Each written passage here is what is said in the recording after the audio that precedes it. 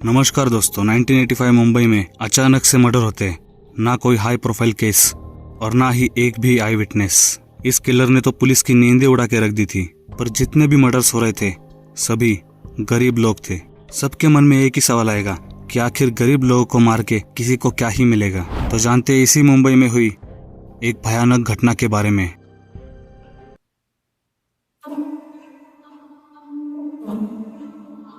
ये कहानी शुरू होती है 1985 में।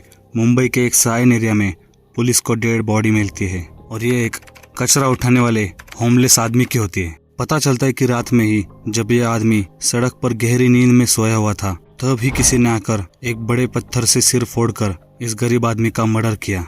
उसकी बॉडी के साइड में ही वो पत्थर पड़ा हुआ था। उस पत्थर का वजन करीब 30 किलो होगा। पुलिस का ये मानना होता है कि इतना बड़ा पत्थर सिर पर मारकर कुछ ही पलों में इस आदमी की मौत हो गई होगी। लेकिन इसके बाद भी ऐसे और 4-5 मर्डर्स उस एरिया में हो गए थे और सारे मर्डर्स के पैटर्न एक जैसे ही थे। जोर से सिर में पत्थर मारकर वो किलर इन गरीब लोगों की हत्या कर रहा था। मुंबई पुलिस की इन्वेस्टिगेशन चालू ही थी, एक क्लू की देरी थी, या फिर ऐसे मानो कि उनको अब तक एक भी सबूत नहीं मिला था। कुछ दिनों बाद एक होमलेस वेटर पर किलर अटैक करता है। वो वेटर जख्मी होता है लेकिन बच जाता है। ये वेटर तो बड़ा खुशकिस्मत निकला क्योंकि इसके पहले स्टोन मैन ने जितने भी लोगों पर अटैक किया था वो सब मारे गए थे। जैसे ही पुलिस को पता चला कि इस वेटर ने सरवाइव किया है, पुलिस वेटर से पूछताछ करने गई। पुलिस को ये उम्मीद थी कि कुछ न कुछ हिंट तो मिलेगी इस वेटर से, पर जैसे वेटर ने कहा कि वो नींद में ही था और सब इतनी जल्दी हुआ कि उसने उस किलर का चेहरा ही नहीं देखा। पुलिस के हाथ इस बार भी निराशा ही लगी थी और मिड 1987 तक मर्डर्स का नंबर 12 तक चला गया था। और उसके बाद अचानक से अटैक्स होना बंद हो गए और उस एरिया के लोग अपने आप को सेफ महसूस करने लगे। मुंबई को तो स्टोनमैन के खतरे से छुटकारा मिला था, लेकिन अब बारी थी कलकत्ता की।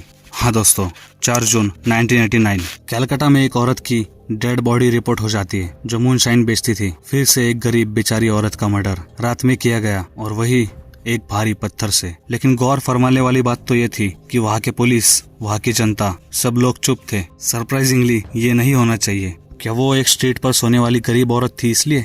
इस जगह पे अगर किसी एक अमीर इंसान का मर्डर होता तो कितना बवाल होता। छोड़ो अभी उस टॉपिक को, केस पे वापस आते। ये डबल स्टैंडर्ड से ही हम बर्बाद हो जाएंगे। एक महीने के बाद 4 जुलाई को और एक लाश बरामद होती है और फिर से वही कहानी।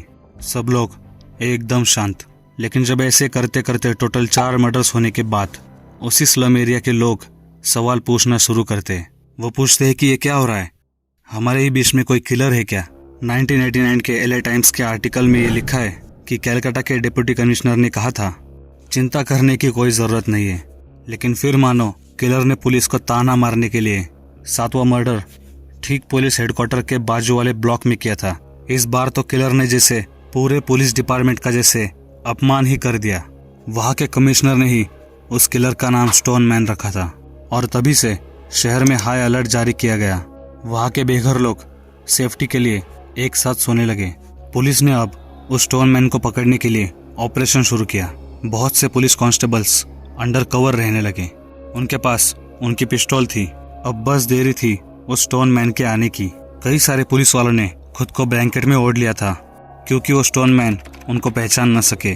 पर गरीब और भिखारी लोगों के पास रहने के बाद कुछ पुलिस वालों को उन पर घृणा होने लगी और हर मौके पर उनको पागल, भिखारी, ये वो बोलने लगे। और उन्हीं बेघर लोगों में से कई लोगों को पुलिस स्टेशन तक लेके गए और उनसे स्टोन मैन होने के सवाल पूछे गए। उनकी तहकीकात हुई और आखिरकार एक विटनेस पुलिस को मिल ही गया। वो भी एक होमलेस ही था। उस आदमी ने बताया कि मोहम्मद अकरम नाम के इंसान ने ये सब किया है। पर जब पुलिस ने मोहम्मद से पूछताछ की तब पता चला कि मोहम्मद अकरम स्टोन मैन नहीं है। पुलिस का मानना यह था कि एक 30 किलो का भारी भरकम पत्थर उठाने वाला और उससे खून करने वाला इंसान अच्छा खासा तगड़ा हो सकता है और दूसरी तरफ मोहम्मद एकदम दुबला पतला था, वो ये सब नहीं कर सकता। और बाद में जिस आदमी ने पुलिस को मोहम्मद के बारे में बताया था उसने भी एडमिट कर लिया कि वो झूठ बोल रहा था। फिर पुलिस ने मोहम्मद को छोड़ दिया। जून 1989 से नवंबर 1989 तक स्टोनमैन ने टोटल 13 मर्डर्स किए थे।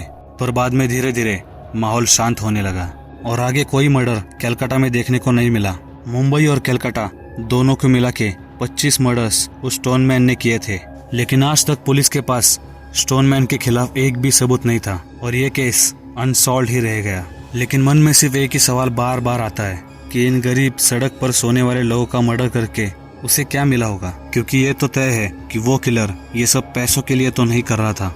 आपको क्या लगता है कमेंट करके जरूर बताना, पर मुझे तो लगता है कि ये इसका कोई पास्ट होगा जिस वजह से ये किलर साइकोपैथ बन के इतने मर्डर्स कर रहा था। पर यह अच्छी बात हुई कि कलकत्ता के बाद ये स्टोनमैन किसी और शहर में नहीं गया, मतलब ऐसे केसेस बाद में देखे नहीं गए। तो ये थी स्टोनमैन किलर की पूरी कहानी। ऐसे ही और वीडियोस देखने के लिए अपने चैनल को सब्सक्राइब कीजिए। आपके सजेशंस आप मुझे कमेंट बॉक्स में दे सकते हैं। अभी के लिए मुझे इजाजत दीजिए, मिलता हूँ आपसे एक नई केस लेकर। धन्यवाद।